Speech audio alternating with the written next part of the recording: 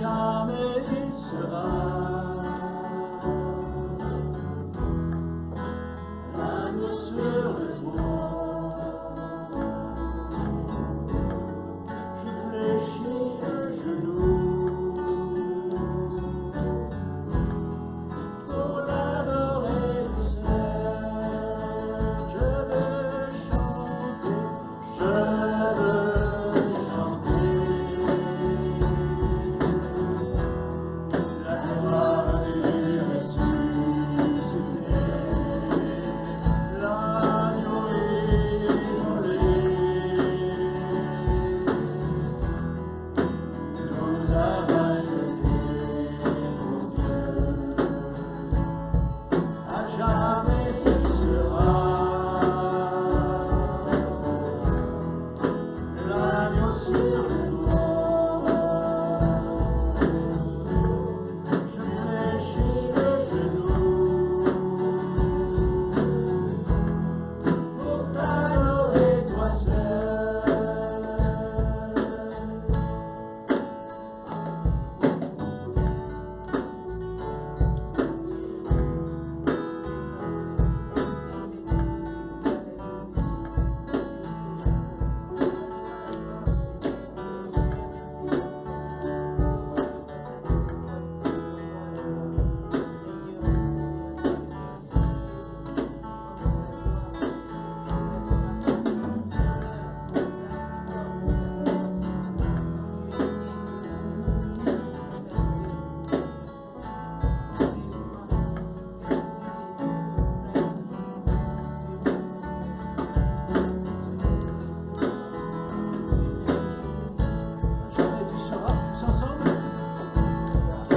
Jamais tu seras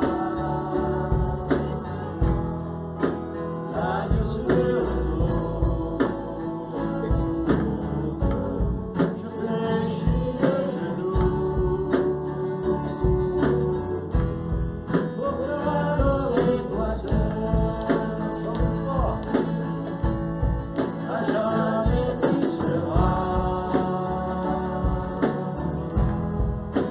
l'agneau sur le trône. Je fléchis le genou pour t'adorer toi seul. À jamais tu seras l'agneau sur le trône de ma vie, Seigneur. Je fléchis le genou pour t'adorer toi seul.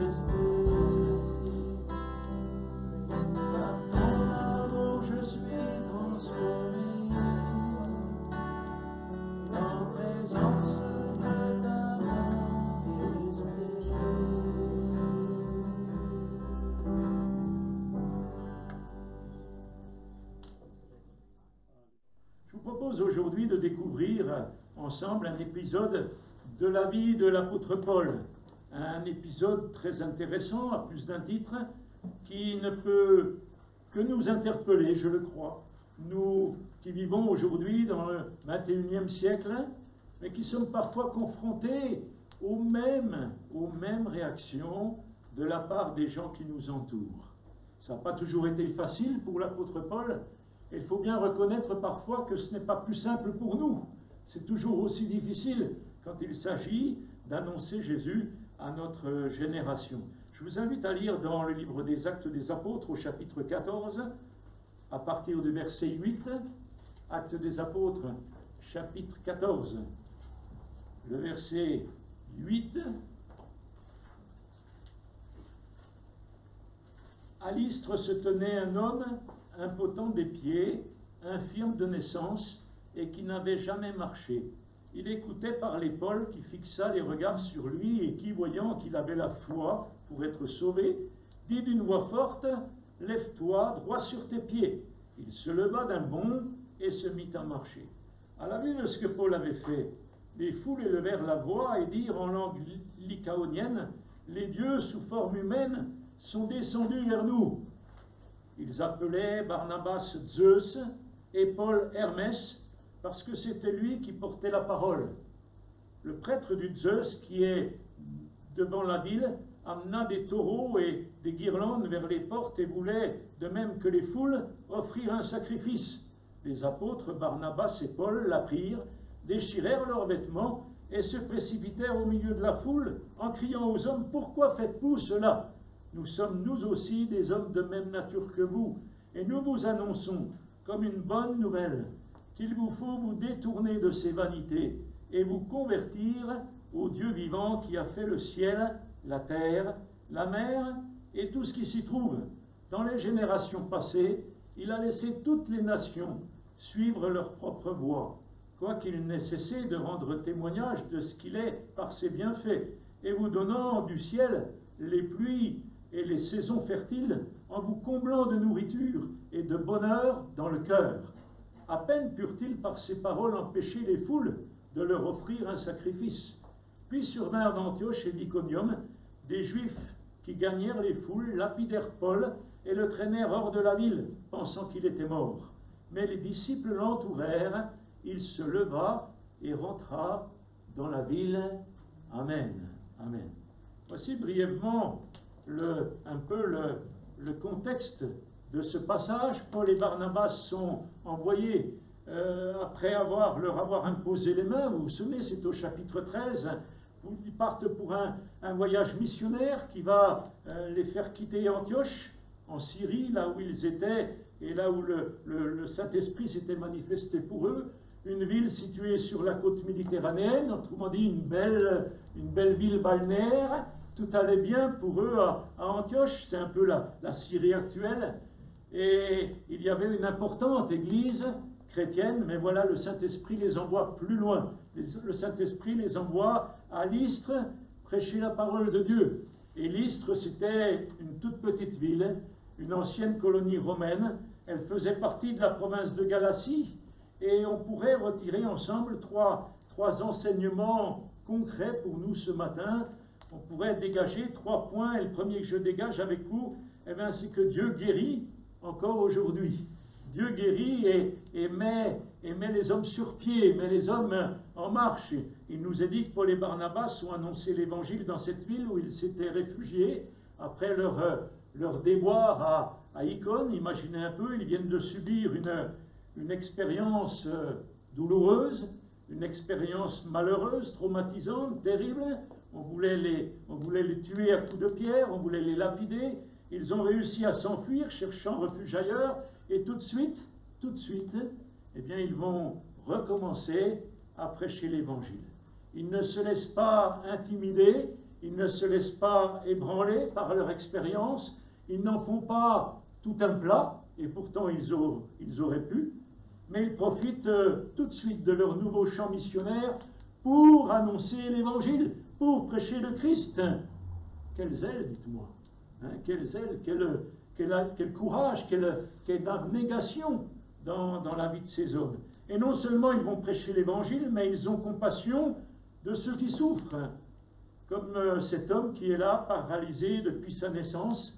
Il n'avait jamais marché, nous précise l'Écriture, et la Bible nous dit que cet homme était attentif aux paroles de l'apôtre Paul.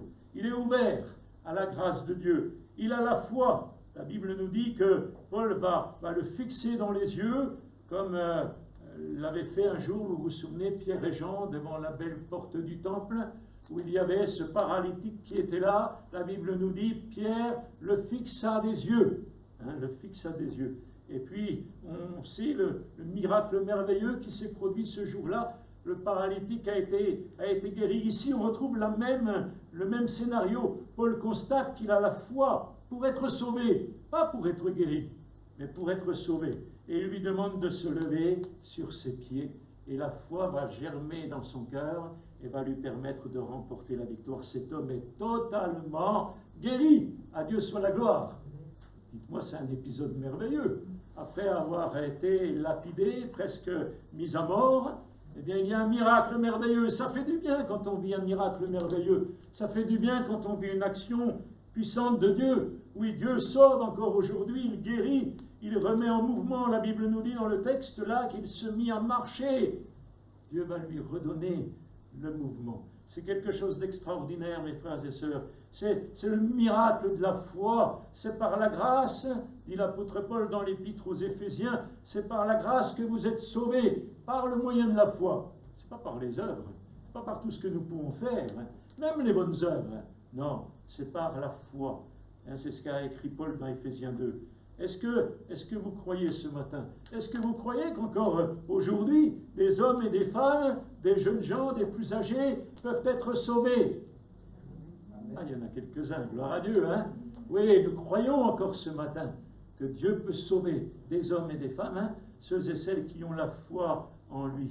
En tous les cas, moi j'y crois. Alléluia. Et c'est pourquoi je veux annoncer, je veux proclamer ce message merveilleux. C'est non seulement valable pour nous, c'est valable pour nos voisins, c'est valable pour tous ceux que nous côtoyons, c'est valable pour nos collègues de travail, c'est valable pour les membres de nos familles qui ne connaissent pas encore le Seigneur, nos connaissances, nos amis, etc. C'est la bonne nouvelle du salut. Et cette bonne nouvelle, nous voulons faire comme Pierre et Jean, nous voulons faire comme Paul et Barnabas, nous voulons la proclamer à notre génération. Nous voulons l'annoncer autour de nous. Jésus-Christ ne change pas. Il est le même, dit la Bible, hier, aujourd'hui, éternellement. C'est le premier point. Deuxième point, c'est la tentation de ce que j'ai appelé la pipolisation. Pipolisation. L'idolâtrie, un mot qu'on connaît peut-être un peu mieux. Remarquez un peu ici la réaction de ces gens à la vue de ce miracle extraordinaire. Il nous est dit au verset 11, « Les dieux sous forme humaine sont descendus vers nous. » Et oui, et il n'hésite pas à appeler Barnabas Zeus et Paul Hermès. Ces gens s'imaginaient recevoir la visite du Dieu suprême et de son porte-parole. C'est ce qu'il en est dans la mythologie grecque. Et Jean de Lystre ne voulait pas rater une seule occasion de reconnaître et d'honorer ces dieux qui étaient venus les visiter. Et ceci pourrait expliquer un peu un tel engouement pour l'apôtre Paul et Barnabas. Quand quelque chose d'extraordinaire se produit, quand une personne a reçu un don particulier, c'est vrai que tout don nous vient du Seigneur, ne l'oublions jamais. C'est lui qui donne ses dons dans le domaine sportif, dans le domaine musical, dans le domaine, que sais-je, cinématographique. Les gens de nos jours sont souvent tentés de diviniser. Ils sont souvent tentés d'encenser, de rendre un culte, de rendre gloire à ces hommes. Et c'est cela que j'appelle un peu la tentation de la pipolisation, de l'idolâtrie. Notre société, elle est envahie, pour ne pas dire menée, par la pipolisation. Et tout ce qui se véhicule par ce moyen, par les médias, eh bien, amène également à cela. On veut honorer, et tellement honorer qu'on va placer les gens sur un piédestal, sur une estrade. Mais en y réfléchissant bien, n'y a-t-il pas parfois aussi la tentation de pipolisation ou d'idolâtrie dans l'Église de Jésus-Christ? Et là, c'est pire. Là, c'est pire. Quand on met en avant tel prédicateur, quand on met en avant tel pasteur, tel artiste chrétien, telle tête d'affiche évangélique, il y a eu un moment donné où on n'était pas capable de faire un rassemblement chrétien sans qu'il y ait une tête d'affiche. Et on croyait que parce qu'il n'y avait pas de tête d'affiche, eh bien ce ne serait pas un bon rassemblement. Quelle est la meilleure tête d'affiche qui soit? C'est le Seigneur Jésus, n'est-ce pas? Alléluia. Et lui, il a dit qu'il était au milieu de nous, dans la mesure où on était réunis en son nom. En son nom à lui. Dans ce cas-là, eh bien, il est au milieu de nous. Et je sais qu'il est présent au milieu de nous ce matin et qu'il veut encore nous bénir. Nous n'avons pas besoin de tête d'affiche. C'est Jésus qui est la tête d'affiche. C'est lui que nous voulons élever. C'est lui que nous voulons adorer, et lui seul. C'est lui qui est notre Dieu et personne d'autre. Gloire à Dieu. On veut célébrer le Seigneur encore de tout notre cœur. Alors dans notre texte, Paul et Barnabas ne s'en rendent pas compte tout de suite. Ces gens parlent dans leur langue, alors c'est beaucoup plus difficile. Mais lorsqu'ils réalisent ce dont ils sont l'objet, alors la Bible nous dit au verset 14, ils vont déchirer leurs vêtements. C'est l'expression de leur révulsion à l'égard de cette pratique, à l'égard de cette tentative blasphématoire, d'être en tant qu'homme regardés comme des dieux. Et ils se précipitent au milieu de la foule, sans doute pour apparaître le plus anonymement possible, et ainsi ne pas être révérés comme des dieux, ce qui aurait été une grave offense pour le Seigneur. C'est Jésus, et Jésus seul, que nous voulons adorer dans nos rassemblements. Ma question ce matin, c'est comment réagissons-nous lorsque des personnes nous encensent? Ça peut arriver parfois. Lorsque des personnes nous mettent sur des piédestals, nous font des éloges, il y a certainement là manière à réflexion. La gloire revient à Jésus. Alléluia. À lui soit la gloire. À lui soit la gloire pour ses bontés, pour son œuvre dans chacune de nos vies. Et puis le troisième point, c'est ce qui est le plus important, c'est l'annonce de la bonne nouvelle. L'annonce de la bonne nouvelle. S'il y a une chose que nous devons continuer de faire, eh bien c'est bien l'annonce de la bonne nouvelle. Proclamer le salut autour de nous. De suite, Paul et Barnabas, mêlés à la foule, pour éviter qu'on leur offre un sacrifice, eh bien, ils vont fortement contester cette attitude en criant « Mais pourquoi faites-vous cela? À quoi ça sert? Nous aussi, nous sommes comme vous, des hommes de la même nature que vous. » D'abord, il les interroge sur leur acte, parce qu'en général, les actes entrepris par les hommes découlent forcément des pensées, on l'a déjà vu cela. Donc Paul certainement veut connaître ce qui les motive hein, dans cette position-là. Et puis il s'empresse de remettre les pendules à l'heure. Ça a toujours été la prédication de l'apôtre Paul. Dans toutes les églises où il est passé, il a remis les pendules à l'heure. Parce que parfois, il y a besoin de remettre les pendules à l'heure. Et là, c'est le cas. Il va leur expliquer simplement qu'ils ne sont que des hommes comme eux. Qu'ils sont des serviteurs du Dieu vivant, alléluia, serviteurs de l'Éternel. Et nous tous, ce matin, nous sommes tous, vous et moi, des serviteurs du Dieu vivant, des serviteurs de l'Éternel, des instruments entre les mains de Dieu qu'il va utiliser à sa guise, comme il le veut, pour servir notre peuple, servir notre génération. Et dans la foulée, au verset 15, nos deux apôtres, ils vont s'empresser de leur prêcher l'essentiel, de leur prêcher un message vivant, un message d'évangélisation. Et que leur disent-ils? Comment s'y prennent-ils pour annoncer le message du salut? Eh bien, vous remarquerez que leur message ressemble, en raccourci et peut-être en moins détaillé, à ce même message que Paul va prêcher aux Athéniens, hein, sur l'aéropage au chapitre 17 d'Actes. Autrement dit, c'est toujours le même message, c'est toujours la même bonne nouvelle, la bonne nouvelle du salut, celle encore que nous voulons prêcher aujourd'hui, vous et moi, cette parole qui est la vérité, cette parole qui a changé tant de vies, et qui, je crois, est capable encore aujourd'hui de changer tant de vies. On ne va pas raconter des histoires, on ne va pas raconter des fables ou quoi que ce soit. Nous voulons prêcher uniquement le message de l'Évangile. Et vous remarquerez aussi que le discours de Paul aux habitants de Lystre, ici, eh bien, diffère un peu dans son contenu de ce qu'il a prêché jusqu'à présent dans les synagogues. Hein, quand il s'adressait aux Juifs de son époque, ces Juifs qui n'avaient pas besoin qu'on leur prouve l'existence de Dieu, mais bien plutôt celle de Jésus, comme étant le Fils de Dieu, comme étant le Messie qu'ils attendaient, et d'ailleurs qu'ils attendent encore, pour ceux qui ne se sont pas tournés vers Jésus, l'envoyé de Dieu qui est promis dans l'Ancien Testament. Malheureusement, beaucoup de Juifs encore aujourd'hui l'attendent encore. Ici, l'auditoire est différent. Ce n'était plus du tout le même auditoire, c'était un auditoire païen, et il lui fallait commencer par une étape préalable, hein, celle de la proclamation du seul et unique Dieu. Oui, Dieu existe, comme l'a dit la machine à Philippe. Hein. Dieu existe, alléluia, vous le croyez? Nous le croyons, hein, sinon je ne vois pas pourquoi nous sommes ici ce matin.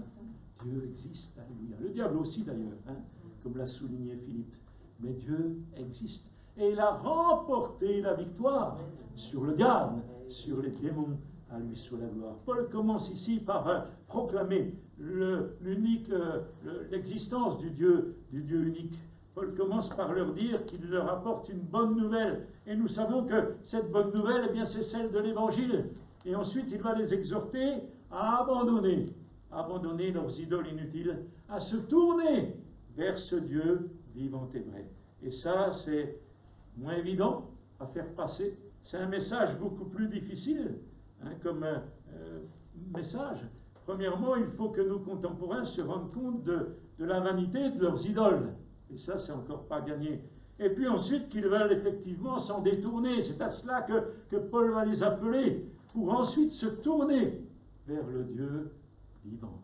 C'est une démarche tout à fait normale. Ce n'est pas toujours aussi simple, mais ne nous décourageons pas, frères et sœurs.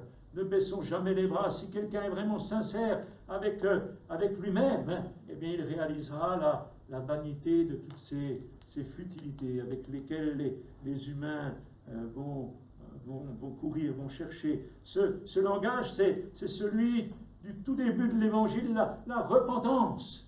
La repentance, se détourner des idoles, c'est cela. Je me repens, je me détourne de ma vie passée, je fais dos à ce que je vivais auparavant, et puis je me tourne vers le Dieu vivant, c'est la conversion. Je me tourne vers ce Dieu qui a sauvé mon âme, vers ce Dieu qui est capable de me délivrer. Et c'est ce message que Paul va prêcher, c'est ce message-là qu'il va annoncer à Lystre. C'est aussi d'ailleurs ce qu'il écrit dans un Thessaloniciens, où il parle de ceux qui se sont détournés des idoles pour servir le Dieu vivant. Comment servir le Dieu vivant si on ne s'est pas détourné au préalable des idoles? À Lystre, ils avaient besoin de se détourner de ces idoles. à Thessalonique, ils avaient besoin de se détourner de leurs idoles. Et quiconque veut se tourner vers le Dieu vivant, eh bien, il a besoin au préalable de se détourner de ses idoles, d'abandonner ses idoles. Alors bien sûr, les idoles, ce n'est pas toujours la petite statue qui est sur l'armoire. Non, les idoles, parfois, elles sont beaucoup plus subtiles. Beaucoup plus subtiles. Et surtout aujourd'hui, il y a des tas de choses qui peuvent devenir des idoles. La télévision peut devenir une idole, l'Internet peut devenir une idole. Tout ce matérialisme que nous avons peut devenir, je n'ai pas dit était, mais peut devenir des idoles, dans la mesure où le Dieu vivant n'est pas vraiment notre Dieu. Le seul que je veux servir, le seul que je veux adorer, c'est l'Éternel. À lui soit la gloire. Et puis Paul leur prêche également ce qu'on appelle la grâce commune. La grâce commune, la révélation générale, ce que Dieu a fait pour tous les hommes. Il n'y en a pas un qui est l'exception. Il n'y en a pas un qui est rejeté. Il n'y en a pas un qui est mis à l'écart. Le salut de Dieu, il est valable pour tous les hommes. En réalisant l'existence du Seigneur, combien notre Dieu est grand en observant ses bienfaits, ses bontés dont nous sommes les bénéficiaires, eh bien, on n'a plus qu'à se tourner vers lui et le rechercher comme Dieu et comme Sauveur. Nous avons un Dieu merveilleux. On a chanté en introduction que ses bontés ne sont pas épuisées. Alléluia. Et chaque matin, eh bien, il nous assure de ses bontés. Chaque matin, il nous assure de ses grâces. Et puis quand nous regardons sa création, quand nous regardons tout ce que le Seigneur a créé, je reviens d'un séminaire pastoral à Josserand, dans le Massif central là-bas, et puis un soir avec quelques collègues, on a décidé d'aller regarder les étoiles. Waouh, c'est merveilleux, c'est magnifique. Dès qu'on est un peu équipé, on arrive à voir des choses merveilleuses. C'est glorieux. Combien c'est grand, combien c'est immense. Et puis en même temps, si vous regardez la même chose dans l'infiniment petit, vous verrez combien les fourmis, par exemple, sont des instruments merveilleux que Dieu utilise aussi. On peut se réjouir pour la grandeur de Dieu, mais aussi pour tout ce qu'il a créé. Toute sa création est merveilleuse. On pourrait penser que les êtres humains découvrent au moins la gloire de Dieu, la grâce de Dieu dans la création, dans ce que Dieu a créé. Pourtant, Paul dit au verset 16, « Les nations ont suivi leur propre voie. » Ben voyons, mais ça n'a pas changé. C'est toujours le cas aujourd'hui. Ça n'a pas changé. C'est toujours pareil. Et ça nous fait penser aussi à ce discours de Paul dans l'Épître aux Romains, au chapitre 1er. Il dit ceci au verset 19, « Ce qu'on peut connaître de Dieu est évident pour eux, puisque Dieu le leur a fait connaître. En effet, les perfections invisibles de Dieu, sa puissance éternelle et sa divinité se voient depuis la création du monde. Elles se comprennent par ce qu'il a fait.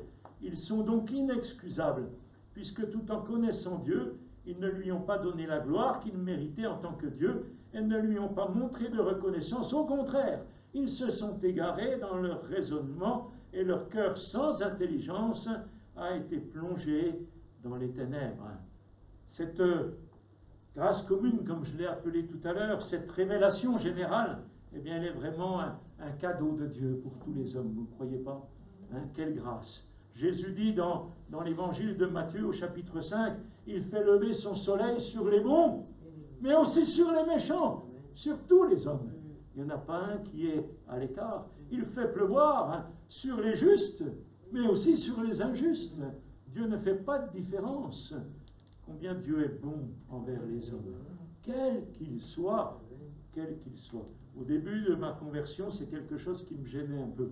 Je voulais bien que Dieu soit bon avec ceux qui étaient chrétiens, je voulais bien que Dieu soit bon avec ceux qui étaient bons, mais les autres, ah non! Non, et puis l'amour de Dieu a travaillé mon cœur, aujourd'hui ça va mieux, aujourd'hui ça va mieux.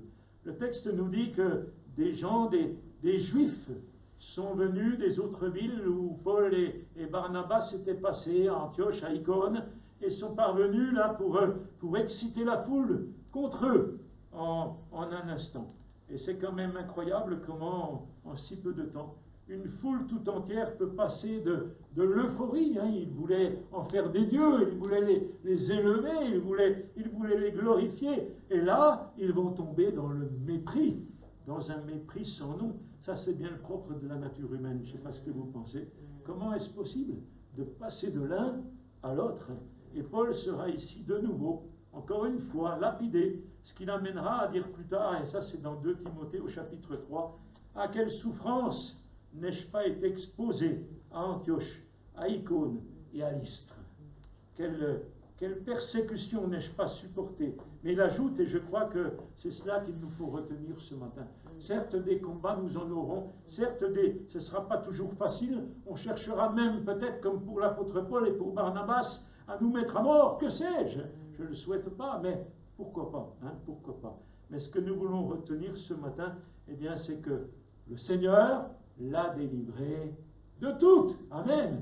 Et le Seigneur nous délivrera aussi de toutes ces souffrances qui pourraient nous tomber dessus. C'est ça l'essentiel, ce qu'il faut nous rappeler en permanence. Le Seigneur a promis d'être avec nous tous les jours, pas simplement quand nous nous rapprochons de lui, quand nous sommes là le dimanche matin. Bien sûr, il est au milieu de nous, mais tous les jours, il a promis qu'il serait avec nous. Pourquoi faire?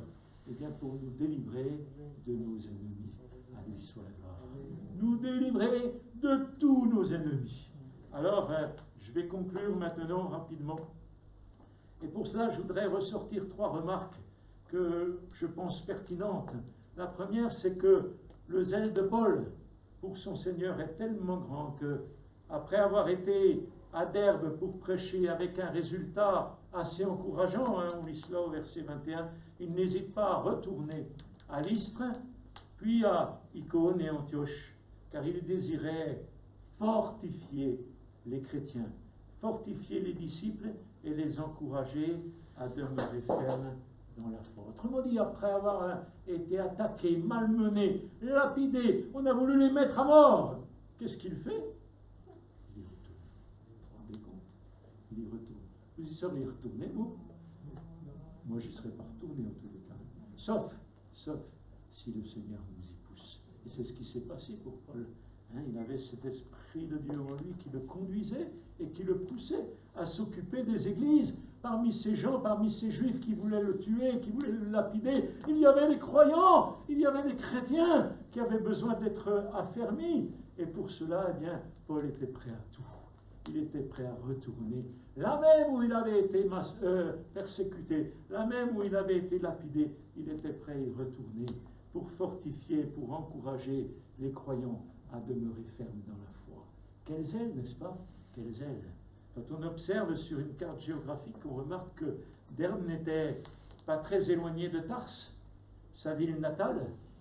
Hein, et vous voyez où je veux en venir. Paul a préféré retourner par l'autre côté, où il y avait la difficulté, où il y avait l'opposition, où il risquait d'être malmené, d'être lapidé. Il a préféré faire un grand détour, si on compte en termes de kilomètres, hein, simplement pour encourager les chrétiens, plutôt que d'aller se reposer chez lui, dans sa famille, pas très loin d'Antioche, à Tarse exactement. Quel exemple pour nous! Quel exemple pour nous! Quelle abnégation, quelle consécration dans la vie de Paul. La deuxième chose, c'est que j'ai noté que durant son voyage de retour, après avoir encouragé les nouveaux croyants, eh bien, il va élire des responsables, nommer des anciens, en priant et en jeûnant, et en les recommandant au Seigneur. Et là encore, c'est un exemple merveilleux. Il a la présence d'esprit d'organiser toute la vie de l'Église naissante pour qu'elle puisse progresser dans la foi. Il n'a pas l'intention de rester dans ces villes. Son ministère, c'est un ministère d'apôtre. Il est là pour aller prêcher l'Évangile, annoncer la bonne nouvelle, comme on le disait tout à l'heure, à toute cette région.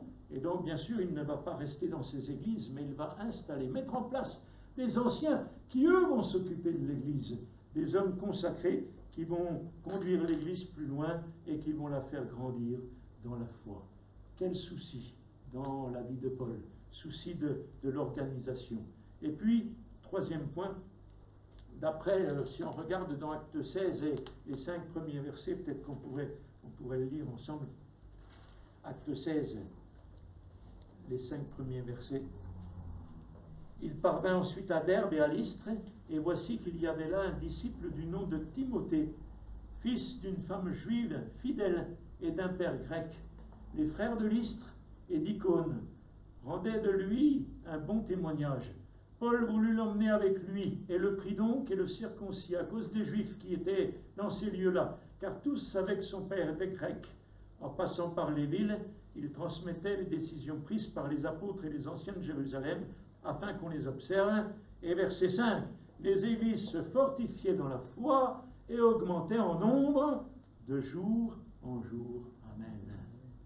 C'est de Lystre qu'est sorti un certain Timothée, dont les frères d'Icône et de Lystre disaient beaucoup de bien, rendaient un bon témoignage, et que Paul appellera plus tard son enfant dans la foi. C'était un peu son stagiaire, celui à qui il allait transmettre le ministère. Et il y a dans la vie de Paul des fruits. Il y a dans la vie de Paul des bons fruits. Gloire à Dieu pour l'œuvre de Dieu. C'est vraiment à Timothée que Paul adressera 2 lettres particulières qu'on a appelées les épîtres pastorales, en donnant de nombreuses instructions sur l'organisation, la marche de l'Église. Et elles nous sont tellement utiles aujourd'hui, tellement importantes pour nous. Je ne sais pas ce que vous en pensez, mais le témoignage de Paul à Lystre, il n'a quand même pas été vain. Même s'il y a eu la difficulté, même s'il y a eu l'opposition, même s'il y a eu le désir des Juifs de le mettre à mort, quand même le témoignage de Paul et de Barnabas à Lystre, eh bien, il a porté du fruit. Et ma prière, c'est que notre témoignage puisse aussi porter du fruit. Là où nous sommes, dans notre famille en premier, et puis bien sûr dans nos contacts quotidiens de chaque jour, que notre témoignage porte du fruit. Et puis si Dieu nous appelle à le servir quelque part, eh bien que notre témoignage également puisse porter du fruit. C'est là ma prière.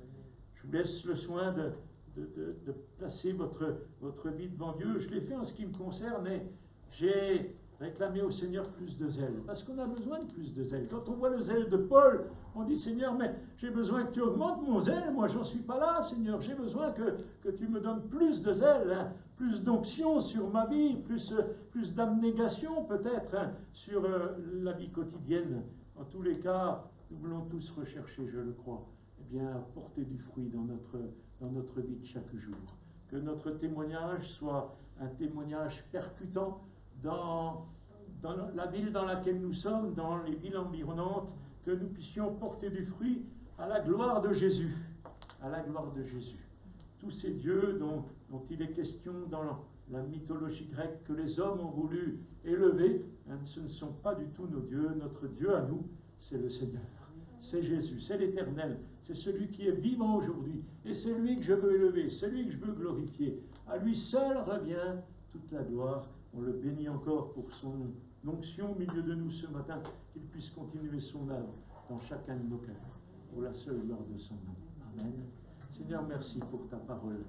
Merci parce que par elle, tu nous enseignes encore et tu nous fais du bien. Merci pour le témoignage de Paul et de Barnabas, ces hommes qui ont été tellement malmenés parce qu'ils annonçaient le message de l'Évangile, qui ont été lapidés à cause de ton nom. Vraiment, on veut te bénir pour cet exemple, et on veut te prier de nous garder fidèles, malgré les circonstances parfois difficiles, malgré les obstacles qui sont sur notre chemin, malgré l'opposition aussi que nous pouvons rencontrer parfois. Je veux te prier, Seigneur, de nous garder fidèles et que nous puissions toujours annoncer de plus en plus la bonne nouvelle de Jésus-Christ, la bonne nouvelle du salut, que nous soyons des instruments de bénédiction pour notre génération, en commençant par ceux que nous côtoyons chaque jour, ceux de notre famille, et puis ceux que nous côtoyons dans le domaine du travail, tous ceux que nous voulons rencontrer, nos voisins, nos amis. Nous voulons leur parler de Jésus, nous voulons leur transmettre ce beau message, cette bonne nouvelle du salut, pour qu'ils abandonnent les idoles et qu'ils se tournent vers toi, le seul Dieu vivant. Merci parce que tu nous assistes jour après jour par le Saint-Esprit. C'est lui qui nous donnera les mots le temps utile, c'est lui qui convaincra les cœurs de péché, de justice, de jugement. Alors Seigneur, manifeste-toi encore dans chacune de nos vies. Bénis ton Église ici à Bolène, qu'elle soit ce flambeau dans cette ville, cet étendard qui est étendu, l'étendard de Jésus-Christ sur cette ville, et que les habitants puissent se tourner vers toi. C'est là ma prière. Bénis mes frères et sœurs, là où ils habitent, que vraiment ils soient aussi des instruments de bénédiction. Te rendons grâce pour l'œuvre merveilleuse que tu veux faire avec nous, comme tu as su le faire avec Paul, avec Barnabas, avec Pierre et Jean. Seigneur, merci parce que tu es fidèle et tu vas accomplir ton œuvre. À toi soit la gloire, Jésus. Amen. Amen. Gloire au Seigneur.